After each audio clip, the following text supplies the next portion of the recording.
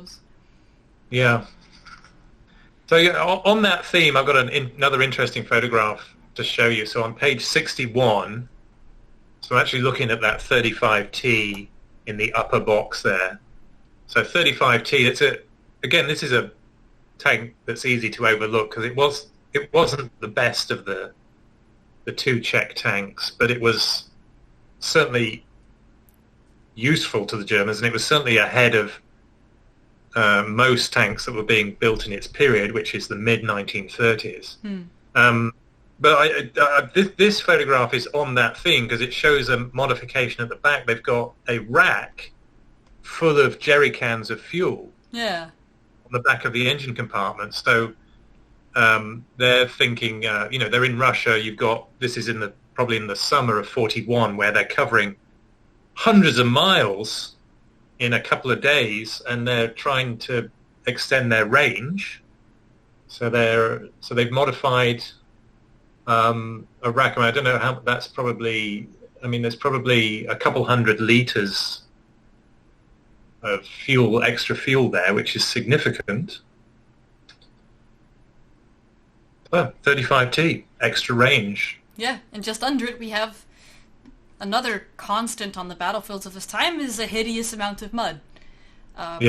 Looks like they were getting through. It kind of doesn't look like this one's moving, but it's hard to tell. But it's again, it's nice to see that reality illustrated very well. Yeah. In some of these. I don't think it's stuck, but you can see how thickly coated the mud, how thick the mud has coated the wheels of the 38T. So 38T has these big wheels, right? That high, so you got low rolling resistance. So those are the sorts of wheels that are going to cut through the mud best. So it should be rolling. It should be. I mean, I don't see any particular sinkage. There is a lot of mud is built up against it, but that's not sinkage. So that's mud. Mud is rising against the wheels rather than the track sinking into the mud. So I don't think it's stuck. But you can appreciate how thick and messy that mud is. I mean, you're going to have to clean that, and it's going to lots of wear because the mud is going to leave granules of soil in all your moving parts, and then you've got lots of wear. So you're going to have to clean it, and that's going to be that's a hassle, right? As a crew. In those days, they didn't have like what we do. What we have now is we just drive a tank through a pool. It's a special pool. We drive it in. It's got a rumble floor, which makes it shakes the tank because the tank is going over this bump this way and then this bump that way. So it's shaking off the soil in the pool, and then it comes up the other side, and you've got water guns. Right, that's how you clean tanks these days. But God, for these poor guys, their maintenance problem at the end of the day must have been, well, sometimes it just must have been heartbreaking because they were tired and stressed, and then you got to maintain the vehicle in the worst conditions on the Eastern Front. Yeah, another interesting photograph. Yeah, this is great of them. On 52, you see it looks like a rail car full of barrels of fuel and kind of moving. That's another constant of life, keeping your shit fueled. And I really would like something about these photos about yes, there is a tank in almost every one of them. But what they're doing is they're showing other aspects of battle, of the war, that are making me, because I'm thinking, okay, cool, like I would like to visualize a little bit of a better picture about how fuel moved around and got to the soldier and got to the tanker. How did the fuel... So, like, it looks like a rail car, but now I'm curious. And so I really like that of a book, that there's a sort of diversity of photos that show... not just tanks and the diversity of the variants, but the diversity of context and the life and sort of the everything else about battle. Yeah. Yeah. So this is doing a pretty good job of showing me other things that make me curious to learn more detailed information about, and that's quite cool. Yeah, I mean, these are the details you're not going to get in a war game, because in a war game, obviously, you're just fighting. So what you're actually in control of is just moving the tank and firing its gun and avoiding other tanks. If You the don't have to developer is interesting, they may include something like that on the map as like a destructible feature or something that you have to drive around. But That's again, right. yeah, like but that depends on the developer, and very few of them probably thought of adding specifically that. So it probably isn't something that you're gonna run into. But I like that it's there. It looks like a homemade structure to roll the barrels off of that. It looks Yeah. like two tree trunks and some posts, which is fascinating. That is very non-standard homemade looking little structure there, which is cool. That is cool, and it makes me wonder, is that something that people thought of and then, like, shared? Or is this sort of a one-off? How did people generally Well, get these big barrels off this? You know, it just makes me think. It's curious.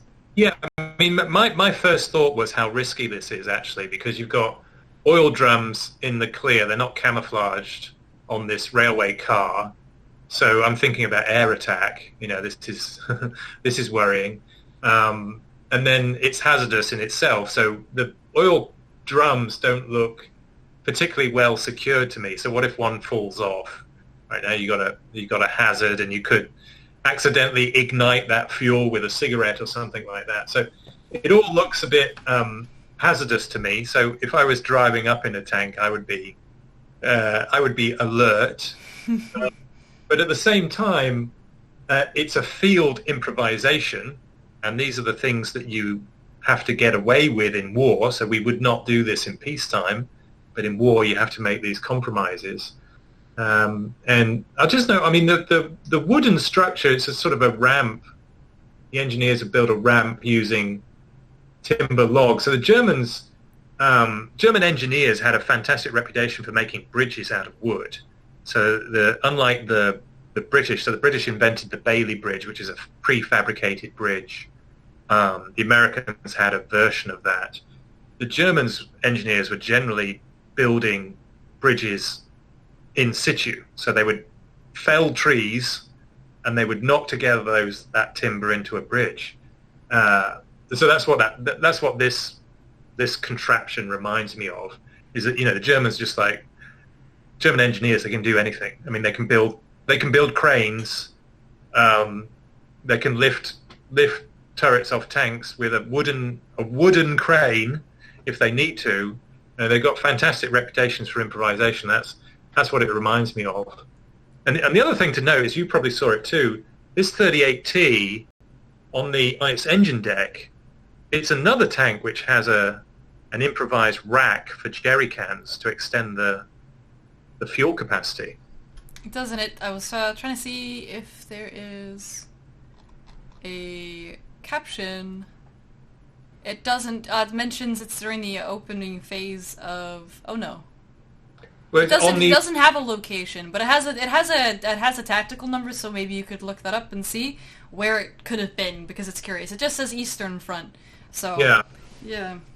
I mean, I would think for this author, he's probably got no heritage with most of these photographs. If he's buying these from families where the veteran has died and there's no verbal history to go with the photograph, it's not stuck in an album with any written context. You've just got a photograph, and you're just having to infer when and where it could be. Probably in most cases. I agree. It would be nice to know, right? If the author knows where and when this was taken, he should be putting it in the captions. Should always have time and space context in the captions if it's available. But often it's not.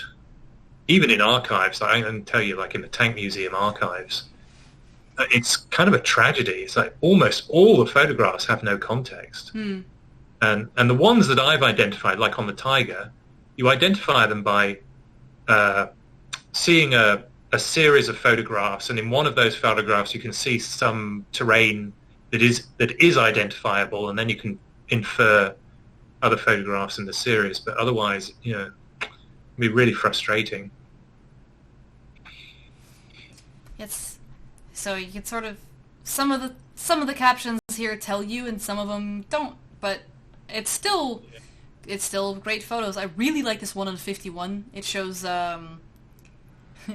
it shows they doing looks like some work here with an engine and this really like kind of iffy looking hoist. Yeah, but it's another example of what they were able to achieve with timber. Yeah. It's great. Like another one of these sort of the thing is dirty as hell. Look at all the mud and shit on the tracks, and it's definitely been moving and being used. It's they've taken, looks like, all the gear off the outside to do, the maintenance work that's necessary here, but it's cool. Like this is like mechanics and the crew in action here taking care of a tank, which is cool. It's a cool photo. Like I like that, again, the diversity of context, not just different tanks, but also like, what are we doing here? What's this? It shows some cool, like, these maintenance photos are nice to see. That iffy ass hoist with the wooden, like, OSHA trembles, but it's great though. You've got a very similar photograph on page 50, on the opposite page 50, another log tripod. So in that case, this is a Panzer 1, the other one was a Panzer 2, and the author makes in the caption makes the useful observation that the engine cover was one piece, so that you can see the crew are handling a one-piece engine cover, which is unusual with tanks. But it's not unusual with cars, right? You expect to lift the hood off your engine compartment of your car, but it's unusual in tanks, and normally you have a hatch or two hatches over your engine to give you access, and then if you want more access, you're going to have to lift the engine out. This Panzer 1 has this large one-piece engine cover, so once you've lifted that off, you pretty much got all the access you could possibly need, short of replacing the whole engine.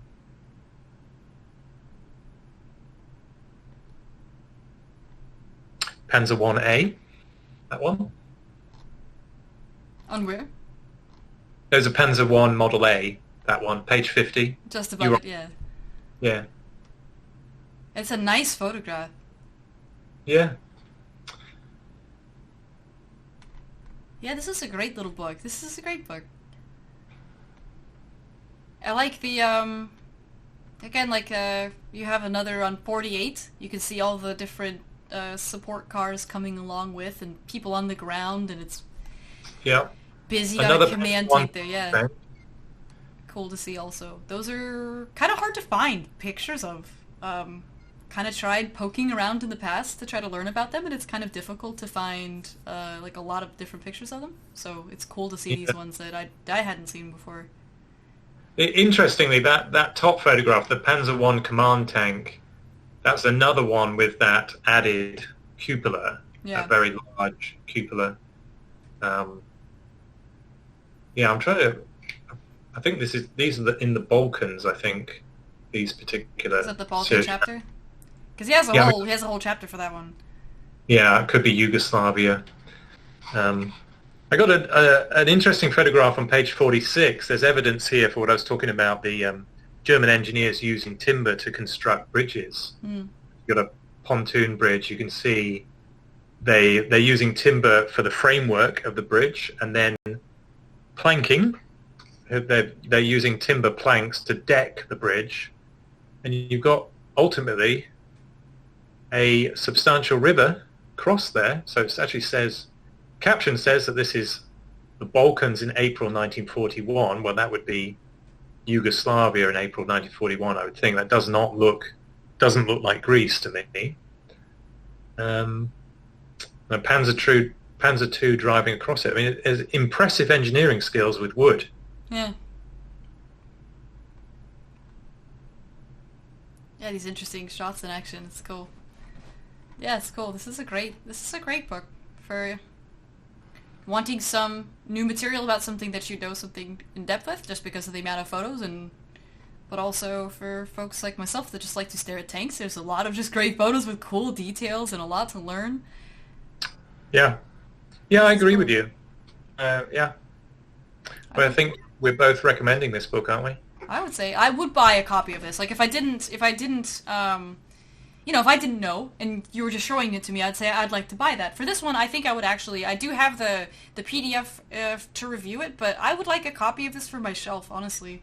Like, I'd like to see it with, like, you can always view stuff on your computer, and it's nice because you can zoom in, but, I like to read books, like real books, not just, I don't really like to read on a PDF, I don't. If I have to look for it, I will, like, if there's something I'm looking for and I have a PDF document, okay, cool, but, like, I'm a reader. I like real books, like, book smell is something that I will, like, talk about and enjoy. Not everybody gives a shit about that, but this is something that I would want. I should mention the quality of the paper. So if you're going to get a hard copy book and it's a photo book, you want reasonably heavy paper. So what it's called in the industry is heavy paper, which means it's thick. So you're not going to get, it means that you're not going to get the image from the opposite side shining through the paper. If it's thin, when you're trying to enjoy the photograph on this side, if it's thin paper, your enjoyment of it's going to be spoiled by the photograph shining through from the other side. So you want thick paper, and this is reasonably thick paper. It's certainly thick enough that we don't get bleed through from side to side, and it's a high resolution print too. So in inferior books you'll see the pixels. So the printers are printing the pixels, and actually, to be fair, sometimes the original wartime photograph is pixelated just because of the film they used or the way they developed it in the time, and you don't have the negatives, so you're just reproducing a low resolution original. But the printer has chosen reasonably heavy paper and reasonably high resolution printing. So if you want to take a magnifying glass to some of these features, you're going to get something out of that. You're not going to be wasting your time and just looking at pixels when you magnify on it. So if you're going to have a hard copy, you can be assured that you're going to get the correct quality for the type of resolution they're trying to print here. Nice. That's worth noting. Yeah, that's cool. It seems like a small detail, but like you said, it's about like it definitely influences the experience as a reader. Yeah, I would buy myself this. I just have to, actually enter. And I got a new debit card, and I'm too lazy to enter it in on Amazon, or I would have bought it already. But we should say a third time. We have no interest in this book. We do not know the author. We don't have any interest in the publisher, no stake in the publisher. We're not getting paid for this. You got a copy for review, which is super normal. You can always ask for a copy from review if you're an author, or even if you're a content creator, you could do that. So we haven't been paid, and we do not care, because, Right. I have no, I'm interested. I'm actually interested just because I think it would be funny to pick a book that you don't recommend, and we could do a whole stream on Hitler's Panzers, because I think that it's not. We're not here to suck up to anybody, so I don't give a shit. And I know that I think that you'd probably like to remain professional, but we can get petty. We can get petty on Hitler's Panzers. But I think that that's important to share with people. I'm recommending this just from I like staring at photos of tanks, and I think that this is a great book to stare. I'm already we've been doing this as a stream, but I have the PDF on my when I'm sort of scrolling through these, sort of staring at photos of tanks. I think it's great. I really enjoy it. So I would recommend this book just because I want to buy it myself. And I have the PDF, but I don't think that that's, come on, gotta get the real thing. They have a Kindle version, but again, I'm there for the real thing. $16 on Amazon is that's great. For over 200 photos of light tanks I've never seen before. That's great. So I'm definitely glad we had the chance to review this one. The chat would like to indicate that you roasting bad books on stream is something desirable. So we could definitely get some of Bruce's. Let's roll Hitler's Panzers. Show me this. Right. Show me this schlock. I think I have a PDF on here. Do I? So we have several books here to review. Oh dear. Of course. Yeah, we could definitely do a book. Well, I have to say, Hitler's Light Tanks is not the title that I would have chosen. I know that putting the name Hitler on something is gonna get attention, but I think that that's not necessarily the best title. because some of these had nothing. This doesn't have anything to do with Hitler's design or direction necessarily. So Yeah, right. Hitler did not care for the class light tanks. He liked heavy tanks. He had nothing to do with the design of these tanks, right? The Panzer I predated his regime. The two Czech tanks were designed and acquired before Germany took over Czechoslovakia. yeah, So they're not Hitler's light tanks. I mean, to make a sort of facetious comment, one interpretation of Hitler's light tanks would be like, this is his personal fleet of light tanks, which he used to like drive around. when I You know, that, like especially yeah. It's just a little bit like yeah, it seems clickbaity in modern parlance. It's clickbait. You put the name Hitler on something and people are like, oh. or Churchill, right? Yeah. So there's a book called Churchill's Army, and then there's Churchill's Air Force, and it's sort of conventional now in publishing, but I don't like it. I find it illiterate and rather distracting. Yeah, you can you can have it be an accurate title and still interesting. You can make a clickbait title, and even if it's a bit like, that's a bit trite, like, fine, okay, but it's relevant. I don't like the title Hitler's Light Tanks, but again, whatever. Like, I get it, I get it, but you could almost, you could call the Hetzer, like, Guderian's anti-tank tank. And that's at least sort of valid. Like, hit the fact, like, why would you? But Hitler probably wasn't even interested at all in light tanks unless it had some sort of whirling fire thrower on it or some shit like this. Like, so he didn't have any influence or interest in the design of these. So whatever. That's just it's petty, to clarify what we said earlier, that the most accurate title of this book from the content would be German and Czech light tanks from 1933 to 1945 in Europe, excluding Africa. Definitely not Africa. Right. There needs to be another book, German light tanks in Africa. Yes. Because this doesn't do Africa. Yes. I think that would be worthwhile if the author was watching, which he isn't, because we don't know him and we didn't tell him anything about this, and the publisher doesn't understand live streaming, I'm willing to bet. Right.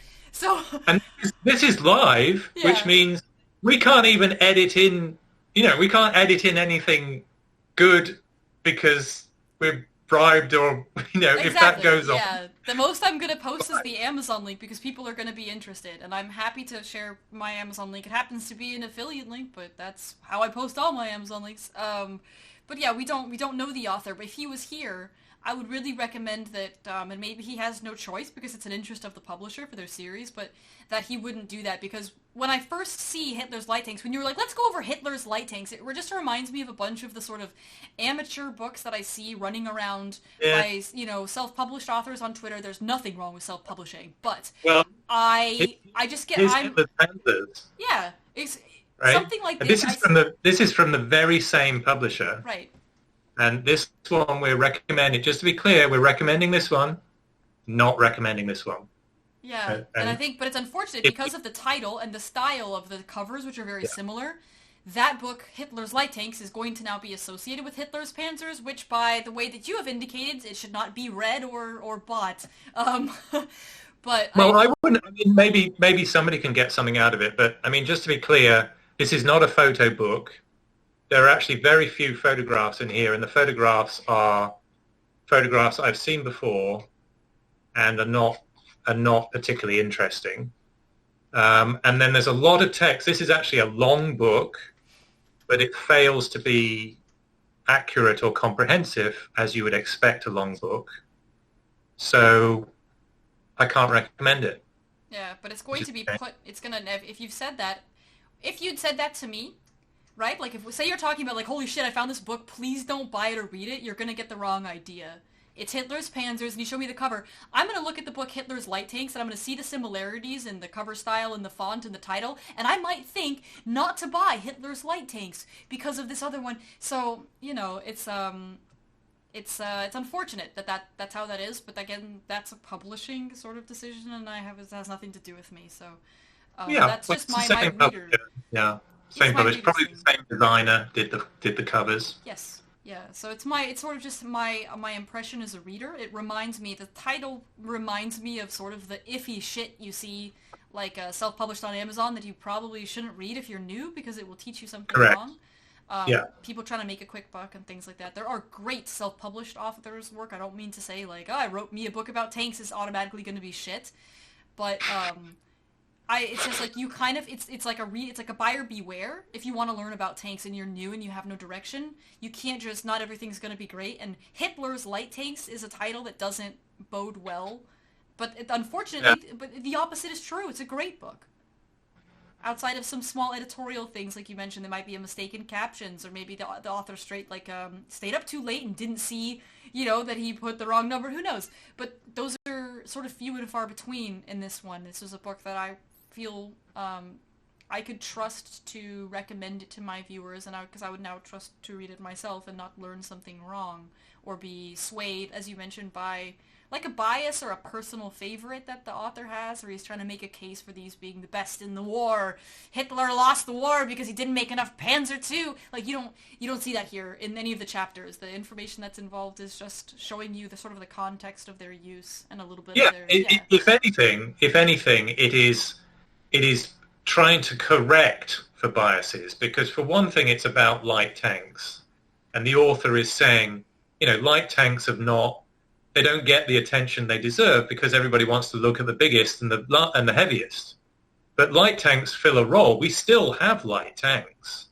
It's not that we learned that light tanks are rubbish because all you need is big heavy tanks. That's not the lesson of the Second World War. You need different classes of tank for different roles. So we still have light tanks, and there's actually things that tank designers can learn from this period for how we design light tanks now. So take the example of armament on light tanks. And infantry fighting vehicles for that matter.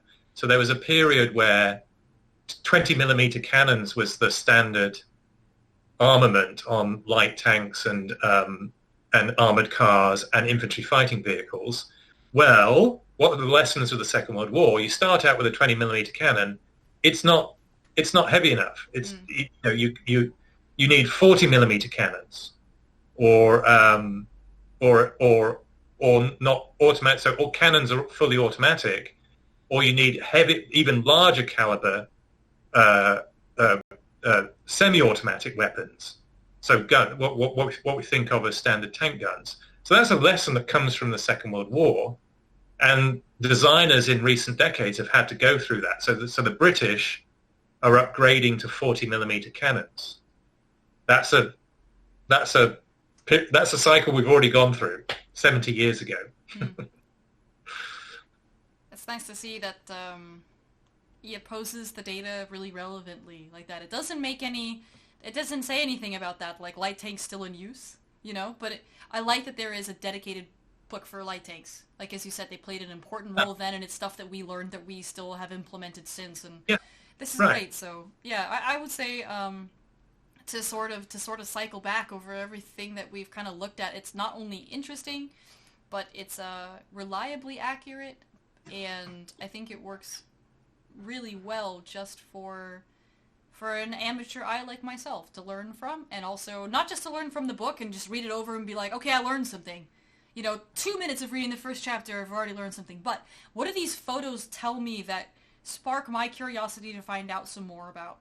What questions do these pictures have me forming so that I can go and learn some more? So I really like that. I would definitely say I'm glad to have the expert eye with regard to accuracy and the field that you have, not just as an expert in your own field, but also as an author. It's nice to have that eye as well.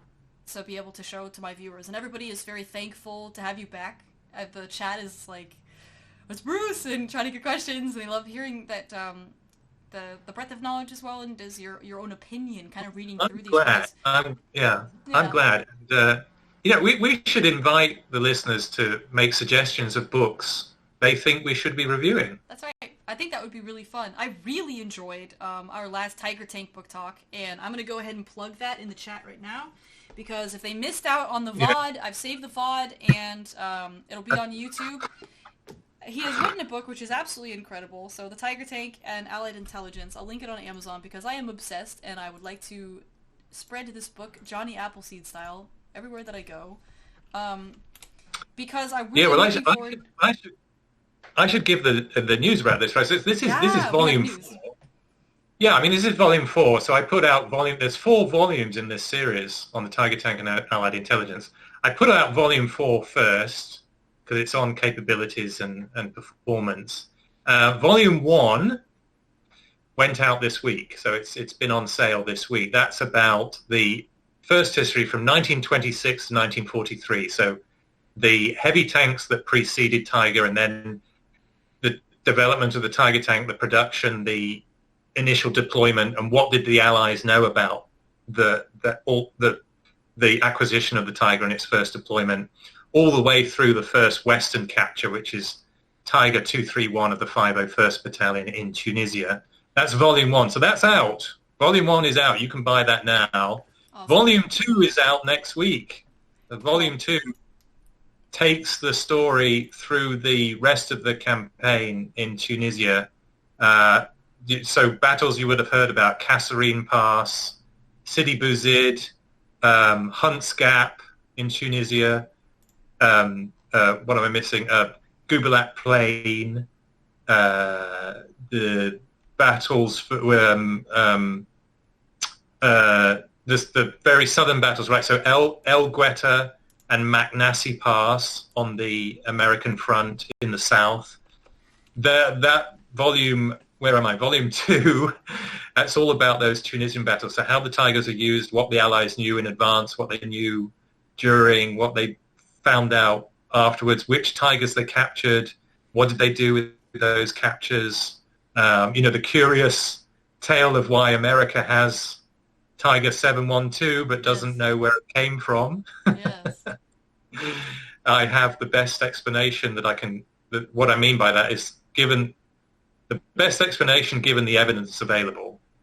And so the Battle of Jebel Jaffa is where I think Tiger 712 comes from. That's in Volume 2, so that comes out next week. So a labour of love, these books, because they're extremely burdensome to research and to put together. Just the photographs, oh my God! I don't think I should put out a general advisory for your listeners. You do not appreciate how difficult photographs are to find and source. There are good photographs you can't have for licensing reasons, or they're just too damned expensive to buy. And then I don't think anybody appreciates how expensive photographs are. So if you're going to have a very photograph-dense book, like the book we reviewed, I have, as a publisher and an author, I have special appreciation for somebody who manages to put together 200 photographs that I haven't seen before. Because I know how difficult they are to source. Like spending a week in an archives just turning over loose photographs and trying to work out, well, where the hell might this be? Or putting together photographs, you realize that they're of the same tank at the same time, things like that. That's archival research. People don't realize they seem to think that, oh, you just buy a CD-ROM from the tank museum and then off you go. That's not how it works. No.